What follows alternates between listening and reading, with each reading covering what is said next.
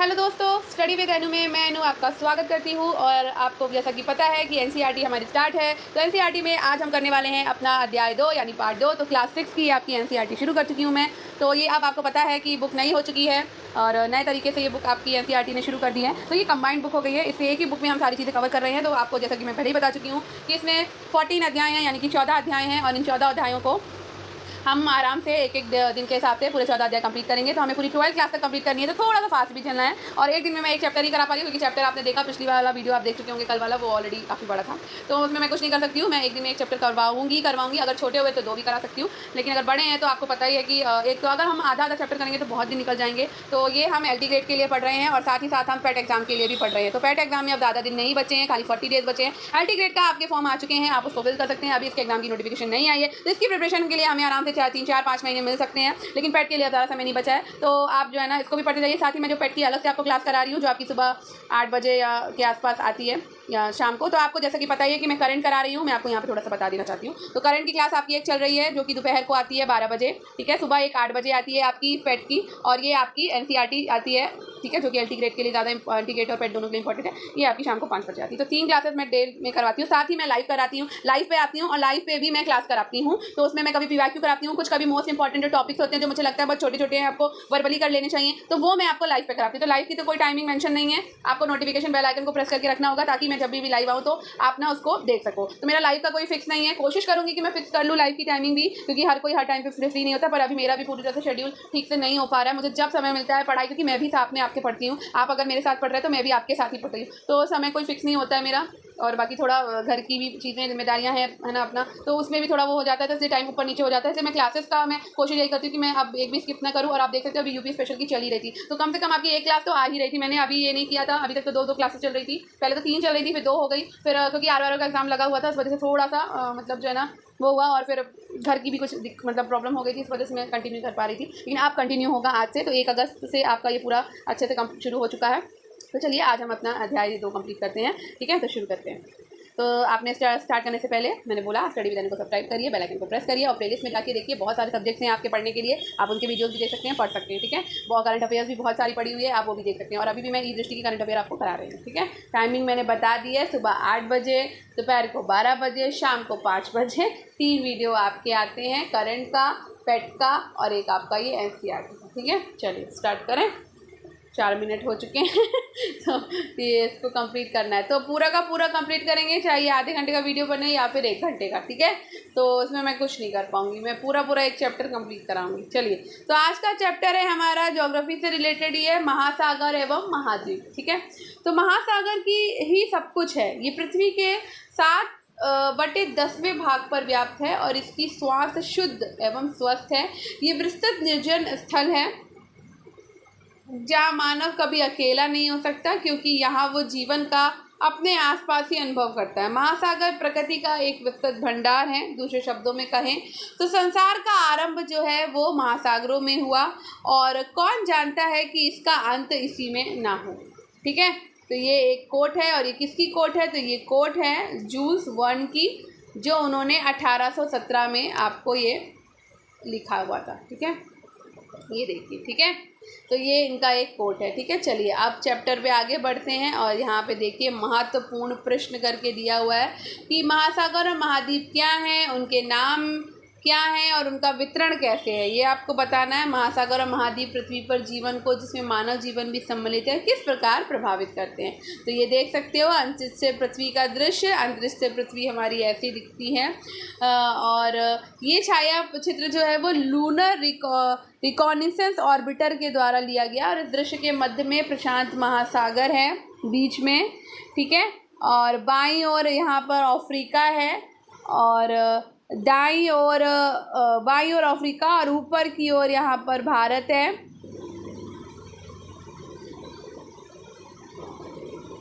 ठीक है। और एशिया के भाग हैं, और दाईं ओर ऑस्ट्रेलिया हो गया आपका, और नीचे की ओर अंटार्कटिका को दर्शाया गया है, ठीक है। चलिए आगे बढ़ते हैं। चलिए, आइए अब हम अपने ग्लोब की ओर लौटते हैं और इसे धीरे धीरे घुमाते हैं। तो आपको अपना ग्लोब लेना है और उसे घुमाना है। अब चंद्रमा से लिए गए पृथ्वी के चित्र को भी देख सकते हैं। आपको सबसे अधिक कौन सा रंग दिखाई देता है? निश्चय ही आपको नीला रंग दिख रहा होगा, परंतु ये क्या दर्शाता है? आपने उत्तर का अनुमान लगा लिया होगा। जी हाँ, ये दर्शाता है क्या? जल। इसका अर्थ है कि पृथ्वी की अधिकांश सतह किससे घिरी हुई है? तो पृथ्वी की अधिकांश सतह जल से घिरी हुई है। वास्तव में पृथ्वी का 3/4 भाग जल से घिरा हुआ है। इसी कारण अंतरिक्ष से देखने पर पृथ्वी कैसी दिखाई देती है? नीली। इसलिए आरंभिक अंतरिक्ष यात्रियों ने स्नेहपूर्वक पृथ्वी को नीला ग्रह कहकर पुकारा। ग्लोब पर अब हम जो सबसे बड़ी जल राशि देखते हैं उन्हें हम क्या कहते हैं? महासागर कहते हैं। ठीक है। पृथ्वी के चित्र में आपको एक अन्य रंग यानी कि भूरा भी दिखाई देगा। ये भूरा रंग जो होता है वो भूमि का रंग है, जो ग्लोब के लगभग 1/4 भाग पर फैला हुआ है। भूमि के एक बड़े भूभाग को क्या कहते हैं? भूखंड कहते हैं, एवं भूमि के एक बड़े निरंतर विस्तार को महाद्वीप कहा जाता है। ठीक। पृथ्वी की जलवायु के निर्माण में महासागर और महाद्वीप दोनों महत्वपूर्ण भूमिका निभाते हैं। ये जीवन के सभी पहलुओं को प्रभावित करते हैं, जिनमें सभी जीव जंतु, पौधे एवं मानव जीवन भी सम्मिलित है। हम उनके प्रभाव को अपने इतिहास, संस्कृति एवं अपने दैनिक जीवन पर भी देखते हैं। ठीक। अब यहाँ पे ध्यान रखने योग्य बात क्या है? तो ध्यान रखने योग्य बात ये है कि भारतीय नौसेना के प्रतीक चिन्ह पर आदर्श वाक्य लिखा हुआ है, स नो वरुणा। क्या लिखा है? सन नो वरुणा अंकित है, जिसका अर्थ है हे वरुण, हमारे लिए कल्याणकारी हो। ये महासागर, आकाश तथा जल से संबंधित वैदिक देवता वरुण की स्तुति है। ठीक है। पृथ्वी पर जल एवं भूमि का वितरण देख लेते हैं। तो जैसे कि हम देखते हैं कि महासागर और महाद्वीप उत्तरी और दक्षिणी गोलार्ध में समान रूप से वितरित नहीं हैं। ठीक है।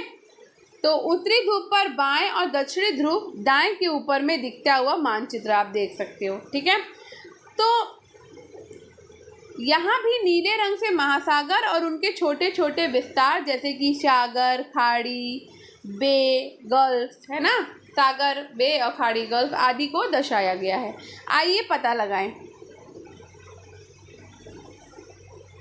प्रत्येक मानचित्र में वृत्ताकार रेखाओं को क्या कहते हैं? क्या आप जानते हैं कि दोनों ध्रुवों पर मिलने वाली रेखाओं को क्या कहा जाता है?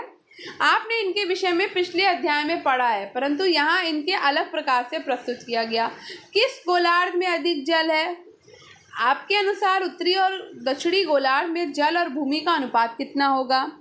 क्या सभी महासागर एक दूसरे से जुड़े हुए हैं या इनके बीच कोई विभाजन है? ठीक है। तो इन सब के उत्तर हमें यहाँ मिलेंगे। वाह, कितनी सुंदर इसमें देखिए चित्र बना हुआ है। ये प्रवाल भित्ति का चित्र है, आप देख सकते हो। ये ऊपर जो है ये सारी की सारी कितनी सुंदर है। देखो समुद्र के अंदर का है, ये है प्रवाल भित्तियाँ। ठीक है। यहाँ पर साइड में देखते हैं, ये है समुद्री एनीमोन एवं एनीमोन पर तारामीन। ठीक है। समुद्री एनीमोन क्या है? ये है। और तारामीन क्या है? ये, यानी कि आपकी फिश है, ये स्टार फिश। ठीक है। यहाँ पे समुद्री जीवन में देख लेते हैं। यहाँ पर देखिए शार्क है आपकी, ये यहाँ पर स्पर्म, हेल, माँ और शिशु है। ठीक है। सम, वेल, माँ और शिशु। नीचे आ जाते हैं तो वहाँ हम देखेंगे कि यहाँ पर भाई डॉल्फिन है। ठीक है। यहाँ पर उष्णकटिबंधीय बहुरंगी मछलियों के साथ सतही प्रवाल भित्ति हैं। ठीक है। और नीचे जाते हैं तो हम देखते हैं यहाँ पर शैवाल हैं भाई, ये शैवाल हैं सारे। ये देखो एम्परर पेंगुइन दिखे। ये हमें बोनेयर समुद्री टर्टल दिख रहा है, बोनेयर समुद्री टर्टल।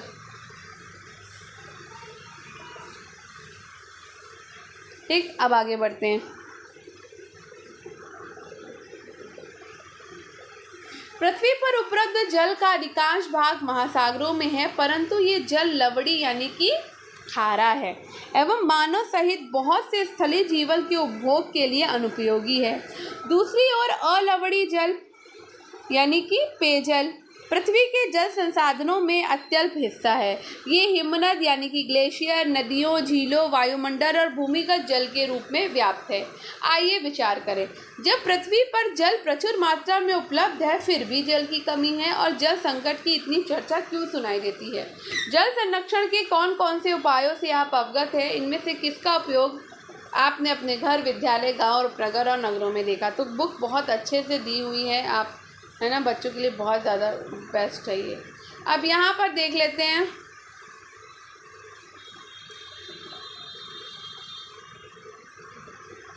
कुछ वो दिए हुए हैं इसमें। समुद्री किसको कहते हैं, वनस्पति जगत किसको कहते हैं, प्राणी जगत किसको कहते हैं, तो इसके बारे में यहाँ पर दिया हुआ। ठीक है, तो भाई दिया है कि विश्व के मानचित्र में हम 5 महासागरों, प्रशांत महासागर, अटलांटिक महासागर, हिंद महासागर, आर्कटिक महासागर और दक्षिणी अथवा अंटार्कटिक महासागर को देखते हैं। हमने यहाँ 5 महासागरों के नाम बताए। जैसा कि मानचित्र से स्पष्ट है कि ये वास्तव में अलग अलग नहीं है। महासागरों का ये सीमांकन प्रचलन से अधिक कुछ नहीं है, क्योंकि प्राकृतिक जगत ऐसी किन्हीं भी सीमाओं का पालन नहीं करता। समुद्री जल विभिन्न महासागरों में बहता रहता है, जो विविधतापूर्ण समुद्री जीवन को समृद्ध करने में सहायक है।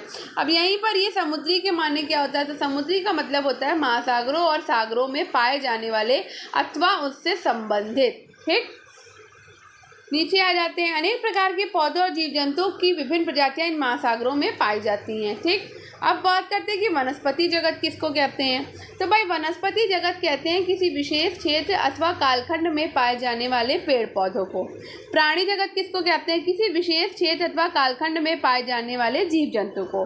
अब इसको पढ़ लेते हैं। समुद्री वनस्पति जगत में छोटे पौधे एवं सभी समुद्री शैवाल सम्मिलित हैं। समुद्री प्राणी जगत में हजारों प्रजातियों की रंगीन मछलियाँ, डॉल्फिन, व्हेल और अनगिनत रहस्यमयी गहरे समुद्री जीव शामिल हैं।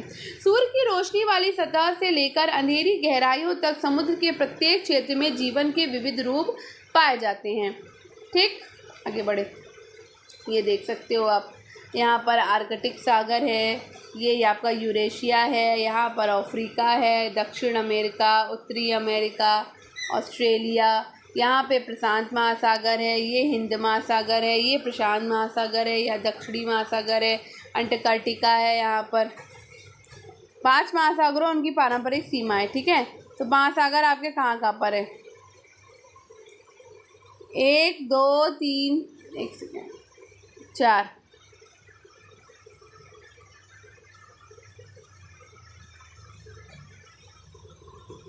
अब देखो,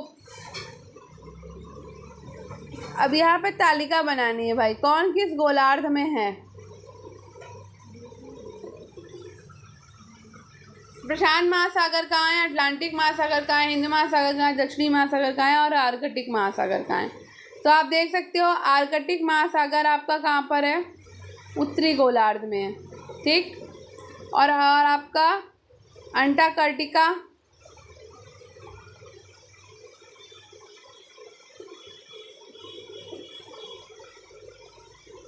ये खाली आपका उत्तरी गोलार्ध में आर्कटिक। ठीक है, आगे बढ़ते हैं।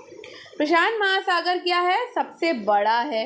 दूसरा सबसे बड़ा महासागर है अटलांटिक। हिंद महासागर कितने नंबर पर है, 3 नंबर पर, जबकि दक्षिणी महासागर 4थे स्थान पर है और सबसे छोटा महासागर है आर्कटिक महासागर। ठीक है, सबसे छोटा कौन सा है, आर्कटिक है, और ये है कहाँ पर, ये उत्तरी गोलार्ध में। ठीक है, सबसे बड़ा महासागर है प्रशांत महासागर, उसके बाद अटलांटिक, उसके बाद हिंद और उसके बाद दक्षिणी महासागर और फिर सबसे छोटा है आर्कटिक।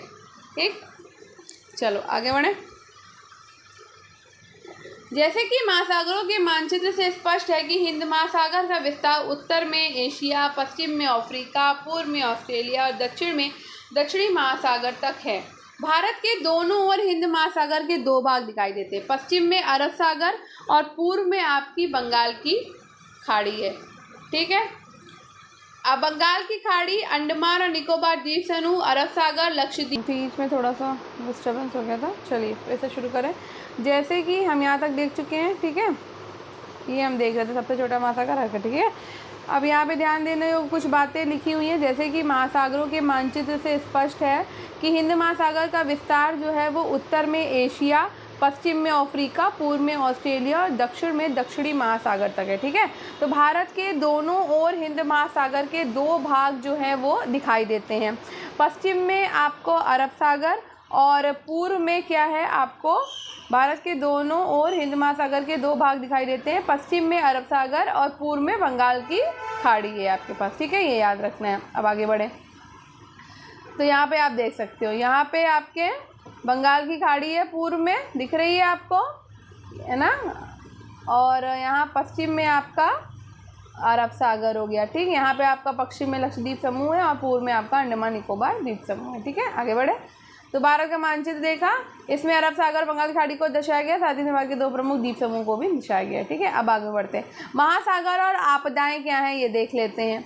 तो इस अध्याय के आरंभ में दिए गए पृथ्वी के चित्र को फिर से देखिए और आपने ध्यान दिया होगा कि पूरी पृथ्वी पर कुछ सफ़ेद आकृतियां जो हैं वो दिखाई देती हैं।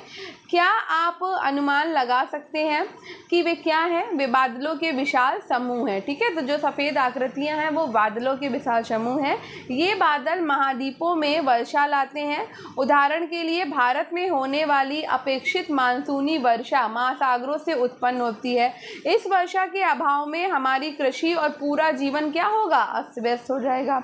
महासागर तूफानों को भी जन्म देते हैं। अत्यधिक वर्षा वाली विध्वंसक घटनाएं अथवा अति प्रचंड हवाएं जैसे कि चक्रवात विश्व के तटीय क्षेत्रों में दूर दूर तक क्षति पहुंचाते हैं। ठीक है, आगे बढ़ते हैं। ये एक अन्य प्राकृतिक आपदा सुनामी भी जो है वो समुद्र में आपकी उत्पन्न होती है। ये विशाल और शक्तिशाली तरंगे होती हैं। क्या? सुनामी। ठीक है, जो महासागर तल में तीव्र भूकंप अथवा ज्वालामुखी के फटने के कारण होती है। सुनामी हजारों किलोमीटर तक जाकर तटीय क्षेत्रों को डुबा सकती है, जिससे व्यापक स्तर पर क्या होती है? हानि होती है। ठीक है, अब बात करते हैं ध्यान रखने योग्य बात। 26 दिसंबर 2004 के दिन हिंद महासागर के आसपास भारत और अन्य 13 देश प्रचंड सुनामी से प्रभावित हुए। ये सुनामी इंडोनेशिया में आए भूकंप के कारण आई थी और इस आपदा में 2 लाख से अधिक लोगों की जान गई। भारत में अंडमान निकोबार द्वीप समूह, तमिलनाडु और केरल के तटीय क्षेत्र इससे भीषण रूप से प्रभावित हुए और जान माल की अत्यधिक क्षति हुई यहाँ पे। ठीक है, इस प्रकार की सुनामी कभी कभी आती है, किंतु ये अत्यंत विध्वंसकारी होती है। हालांकि तट से टकराने से पहले इसका अनुमान लगाया जा सकता है। बहुत से देश इस प्रकार की पूर्व चेतावनी प्रणाली हेतु मिलजुल कर काम कर रहे हैं। विशेषकर भारत समेत बहुत से हिंद महासागर सुनामी चेतावनी प्रणाली में सहयोग कर रहे हैं। इसमें जानमाल की रक्षा करने के उपायों में सहायता मिलती है। जिन घटनाओं के कारण जान और माल की क्षति होती है उन्हें आपदा प्रबंधन के अंतर्गत नियंत्रित किया जाता है। ठीक है, भारत में सभी प्रकार की आपदाओं का सामना करने के लिए राष्ट्रीय आपदा प्रबंधन प्राधिकरण है। ठीक है, क्या है? राष्ट्रीय आपदा प्रबंधन प्राधिकरण क्या करती है? जान और माल की क्षति जो होती है उसका आपदाओं का सामना करने के लिए, ठीक है, आपदाओं का सामना करने के लिए राष्ट्रीय आपदा प्रबंधन प्राधिकरण का जो है वो गठन किया गया है। ठीक है, अब हम यहाँ पढ़ेंगे महाद्वीपों के बारे में। महासागरों के मानचित्र पर महाद्वीपों को भी दर्शाया गया है। ठीक है, आप कितने महाद्वीपों को गिन सकते हैं? इसका उत्तर उतना सरल नहीं है, क्योंकि इनकी गिनती कई प्रकार से की जा सकती है। ये हमारी रुचि पर निर्भर करते हैं कि हम 4 से 7 के बीच में किसी भी संख्या की सूची बना सकते हैं। इसके कारण निम्नलिखित हैं। उत्तरी अमेरिका और दक्षिण अमेरिका को सामान्यतः 2 महाद्वीपों में गिना जाता है। ठीक है, उत्तरी अमेरिका दक्षिण अमेरिका को सामान्यतः 2 महाद्वीपों में गिना जाता है, परंतु यदि देखा जाए तो ये एक ही भूखंड है, इन्हें एक भी समझा जा सकता है। यूरोप और एशिया को सामान्यतः 2 महाद्वीप माना जाता है। ठीक, यद्यपि मानचित्र में ये स्पष्ट दिखाई देता है कि वह एक ही भूखंड है। ऐतिहासिक और सांस्कृतिक कारणों से यूरोप का विकास एशिया के विकास से बहुत भिन्न प्रकार से हुआ है, इसलिए इन्हें 2 महाद्वीपों के रूप में देखा जा सकता है। हालांकि भूगर्भ शास्त्रीय समानता इन्हें एक ही द्वीप मानते हैं, जिसे यूरेशिया कहा जाता है। ठीक है, अफ्रीका और यूरेशिया को सामान्यतः 2 महाद्वीप समझा जाता है और कभी कभी एक भी समझा जाता है। अब तालिका में महाद्वीपों की अलग अलग प्रकार की गिनती को सार रूप में लिखते हैं। ठीक है, महाद्वीपों की गिनती तो हम यहाँ पे देखते हैं पहले तो 4 महाद्वीप को। ठीक है, तो उसमें आ जाता है अफ्रीका और यूरेशिया 1 हो गया, अमेरिका हो गया 2, अंटार्कटिका हो गया 3 और ऑस्ट्रेलिया हो गया 4। अब 5 महाद्वीप में देखते हैं। एक हो गया आपका अफ्रीका, दूसरा हो गया अमेरिका, तीसरा हो गया अंटार्कटिका, चौथा ऑस्ट्रेलिया और पांचवा हो गया यूरेशिया। 6 महाद्वीप में देखें तो अफ्रीका, अंटार्कटिका, ऑस्ट्रेलिया, यूरेशिया, उत्तरी अमेरिका, दक्षिणी अमेरिका।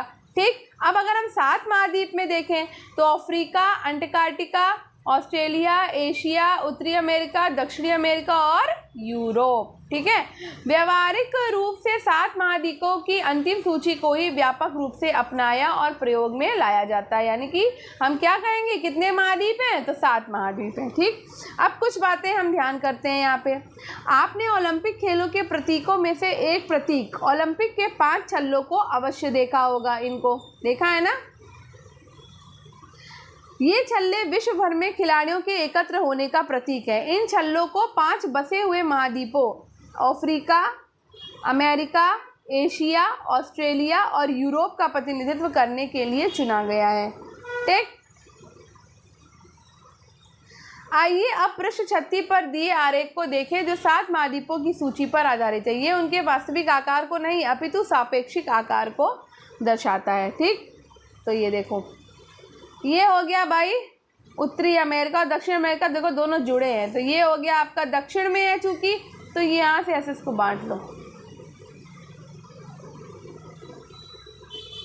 ये आपका दक्षिण अमेरिका हो गया, उत्तरी America 2, Europe 3, Asia 4, Africa 5, Australia 6। ठीक है, और नीचे आपका अंटार्कटिका हो गया 7। ठीक है, तो वर्गों की संख्या को गिनिए और सबसे बड़े और सबसे छोटे महाद्वीप का नाम बताइए। ठीक है, तो भाई सबसे छोटा यहाँ पे तो ऑस्ट्रेलिया दिख रहा है हमारा। ठीक, और सबसे बड़ा हमें एशिया दिख रहा है। ठीक, कौन सा महाद्वीप बड़ा है, उत्तरी या दक्षिणी? तो भाई यहाँ पे बड़ा है आपका उत्तरी अमेरिका।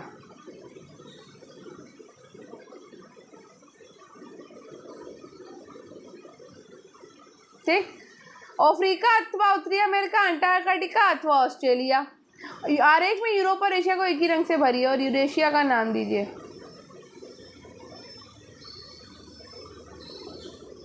चलो अब बात करते हैं द्वीपों की। यदि आपने इस अध्याय के आरंभ में मानचित्र को देखा तो आपने पाया होगा कि महाद्वीपों में संपूर्ण भूखंड जो है वो सम्मिलित नहीं है। ठीक है, संपूर्ण भूखंड सम्मिलित नहीं है। भूमि के कुछ छोटे छोटे भाग छूटे हुए हैं। चारों ओर जल से घिरे हुए भूखंड को क्या कहते हैं, द्वीप कहते हैं। चारों ओर जल से घिरे हुए भूखंड को द्वीप कहा जाता है। महाद्वीप भी चारों ओर जल से घिरे होते हैं किंतु आकार में बड़े होने के कारण उन्हें द्वीप नहीं कहा जाता। इस ग्रह पर विभिन्न प्रकार के लाखों द्वीप है। तो चारों ओर जल से घिरे हुए भूखंड को क्या कहते हैं, हम द्वीप कहते हैं। ठीक है, आगे बढ़ते हैं। विश्व का सबसे बड़ा द्वीप कौन सा है, ये याद रखने वाली चीज़ें हैं। तो विश्व का सबसे बड़ा द्वीप है ग्रीनलैंड। ठीक है, भारत के सबसे बड़े 10 राज्यों के क्षेत्रफल को भी जोड़ना। ठीक, तो विश्व का सबसे बड़ा द्वीप कौन सा है, ग्रीनलैंड। भारत में 1300 से अधिक द्वीप हैं। इनमें मुख्य रूप से 2 द्वीप समूह हैं, बंगाल की खाड़ी में स्थित अंडमान निकोबार द्वीप समूह और अरब सागर में स्थित लक्षद्वीप द्वीप समूह।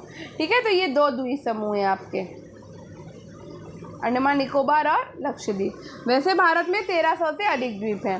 1981 में भारतीय अंटार्कटिका कार्यक्रम के अंतर्गत अंटार्कटिका में अन्वेषण किया जा रहा है। अंटार्कटिका ऐसा महाद्वीप है जहाँ की जलवायु बहुत अधिक ठंडी और कठोर है। ठीक है, जो कि अधिकांशतः 1983 में भारत ने अंटार्कटिका में दक्षिण गंगोत्री नामक पहला वैज्ञानिक बेस स्टेशन स्थापित किया था। कब किया था, 1983 में। ठीक है, 2 और बेस स्टेशन स्थापित किए गए। इस सुदूर प्रदेश में भारतीय वैज्ञानिकों के लगभग 40 दलों ने विशेष रूप से जलवायु और पर्यावरण के विकास पर शोध कार्य किए। वैज्ञानिकों के रहने के लिए यहाँ बने आवास में एक पुस्तकालय और यहाँ तक कि डाकघर भी है।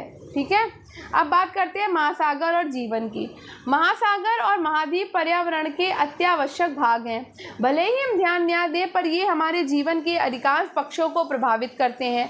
हमने उल्लेख किया कि महासागरों से महाद्वीपों पर वर्षा होती है। ठीक है, ये बात अभी हमने पढ़ी थी, महासागरों से महाद्वीपों पर वर्षा होती है। ये पृथ्वी के जलचक्र का भाग है जिसे आप आगे साइंस में पढ़ेंगे। महासागरों के बिना वर्षा नहीं होगी तो पृथ्वी मरुस्थल बन जाएगी। दुनिया भर की आधी ऑक्सीजन महासागर का वनस्पति जगत उत्पन्न करता है, इसलिए इन्हें पृथ्वी के फेफड़े कहा जाता है। इस प्रकार महासागर जलवायु को नियंत्रित और पृथ्वी पर जीवन को बनाए रखने में महत्वपूर्ण योगदान देते हैं। ठीक है, महासागर अनेक प्रकार से मानव जाति को प्रभावित करते हैं। आरंभिक काल से ही एक जगह से दूसरी जगह जाने, सभी प्रकार के सामानों के व्यापार, सैनिक अभियान संचालित करने और भोजन हेतु मछली पकड़ने के लिए लोगों ने महासागरों और सागरों की यात्रा करी। महासागरों ने पूरी दुनिया के तटीय क्षेत्रों पर रहने वाले लोगों की संस्कृति को भी पोषित किया। उन सभी संस्कृतियों की किंवदंतियों और कहानियों में समुद्र, समुद्री देवताओं और देवियों, समुद्री दैत्यों और समुद्र के कोशों, महासागर के खतरों और उनके आशीर्वाद की बातें मिलती हैं। ठीक है, आगे बढ़ते हैं। अब यहाँ पे ध्यान रखने योग्य बात क्या है, हमारे दिन प्रतिदिन के जीवन में महासागर की महत्वपूर्ण भूमिका को याद रखने के लिए संयुक्त राष्ट्र ने क्या किया, 8 जून को विश्व महासागर दिवस के रूप में घोषित किया है। ठीक है, तो संयुक्त राष्ट्र ने 8 जून को विश्व महासागर दिवस के रूप में घोषित किया। तो विश्व महासागर दिवस हम कब मनाते हैं, 8 जून को, क्योंकि महासागर भोजन और औषधि के प्रमुख स्रोत हैं और जैवमंडल के महत्वपूर्ण भाग के रूप में हमारे ग्रह के फेफड़े के रूप में क्या करते हैं, ये काम करते हैं।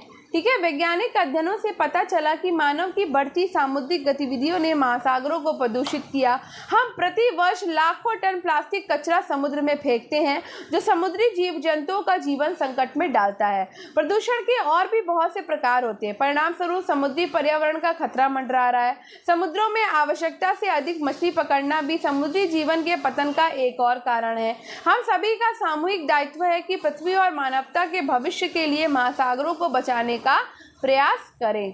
ठीक है, अब आगे बढ़ने से पहले पृथ्वी की सतह पर विस्तृत जलाशयों को महासागर और विशाल भूखंडों में महाद्वीप कहा जाता है।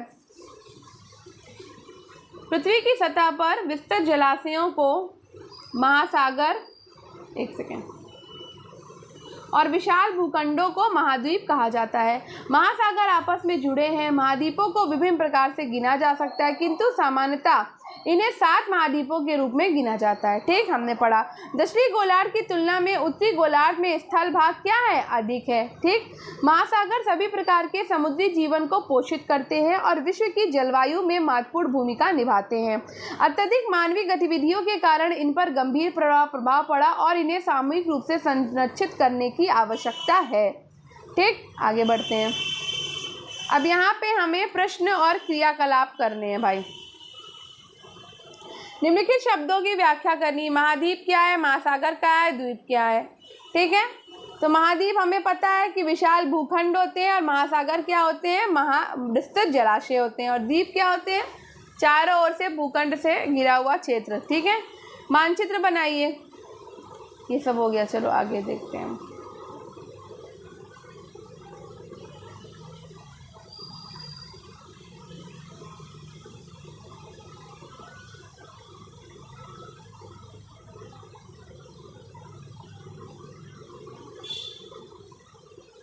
तो ये देखो, यहाँ पर पृथ्वी पर सबसे बड़ी जलराशि क्या है, हमको पता है, वो भूखंड जो महाद्वीप नहीं है और चारों ओर से सागर या महासागर से घिरे हैं, तो वो क्या कहलाते हैं, वो भाई आपके द्वीप कहलाते हैं। ठीक है, और पृथ्वी पर सबसे बड़ी जलराशि क्या होगी, महासागर होंगे। ठीक है, सबसे बड़ा महाद्वीप कौन सा है, तो भैया एशिया महाद्वीप आपका सबसे बड़ा महाद्वीप है। ठीक है ना, एशिया महाद्वीप आपका सबसे बड़ा महाद्वीप है। एक सेकेंड, वो भूखंड जो पृथ्वी नहीं है और चारों ओर महासागर या सागर की, पृथ्वी सबसे बड़ी जलराशि कौन सी है आपकी, महासागर।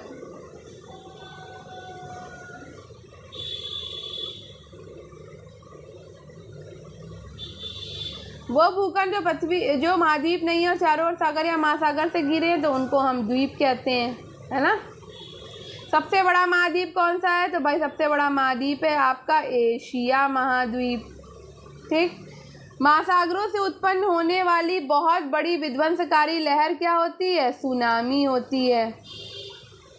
ठीक, महासागरों द्वारा प्रचुर मात्रा में क्या उत्पन्न होता है, तो भाई ऑक्सीजन सबसे ज़्यादा देते हैं महासागर हमें। ठीक है, एक बड़ा महाद्वीप भारत जिसका भाग है, तो भारत भाई एशिया महाद्वीप का भाग है। ठीक है, मैं आंसर लिखती जाती हूँ। बहुत बड़ा भूखंड क्या कहलाता है, महाद्वीप कहलाता है। महासागरों में प्रदूषण का मुख्य स्रोत क्या है? भाई कचरा जो डाल रहे हैं हम, प्लास्टिक डाल रहे हैं, ठीक है। सबसे छोटा महाद्वीप कौन सा है बताइए? अंटार्कटिका कि अफ्रीका? अब आप बताएंगे सबसे छोटा महाद्वीप इन दोनों में से कौन सा है? पृथ्वी पर सबसे बड़ा द्वीप कौन सा है? तो भाई सबसे बड़ा द्वीप हमारा द्वीप है, एशिया महाद्वीप। ठीक, चलो आगे बढ़ते हैं। तो यहाँ पर ये हमारा पूरा वो ख़त्म फिनिश हो चुका है। तो इसको हम फिल कर सकते हैं जैसे यहाँ पे लिखा था ना, ऐसे।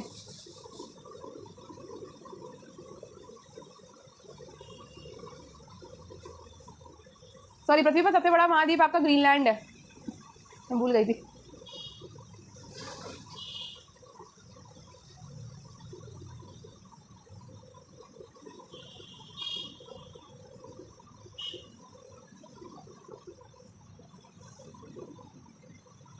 तो ये हमने पूरा का पूरा अपना क्या किया, कंप्लीट कर लिया। ठीक है, तो आई होप आपको ये वीडियो पसंद आया होगा। अब हम कल इसके बाद करेंगे अपना अध्याय 2। ठीक है, तो वीडियो आधा घंटे का ही हुआ है, ज़्यादा बड़ा नहीं हुआ है। फटाफट से अगर आप देख लोगे तो ये आपका कंप्लीट हो जाएगा। अब हम इसके बाद इसके नेक्स्ट अध्याय 3 करेंगे ना। आज हम लोगों ने ये किया ये वाला।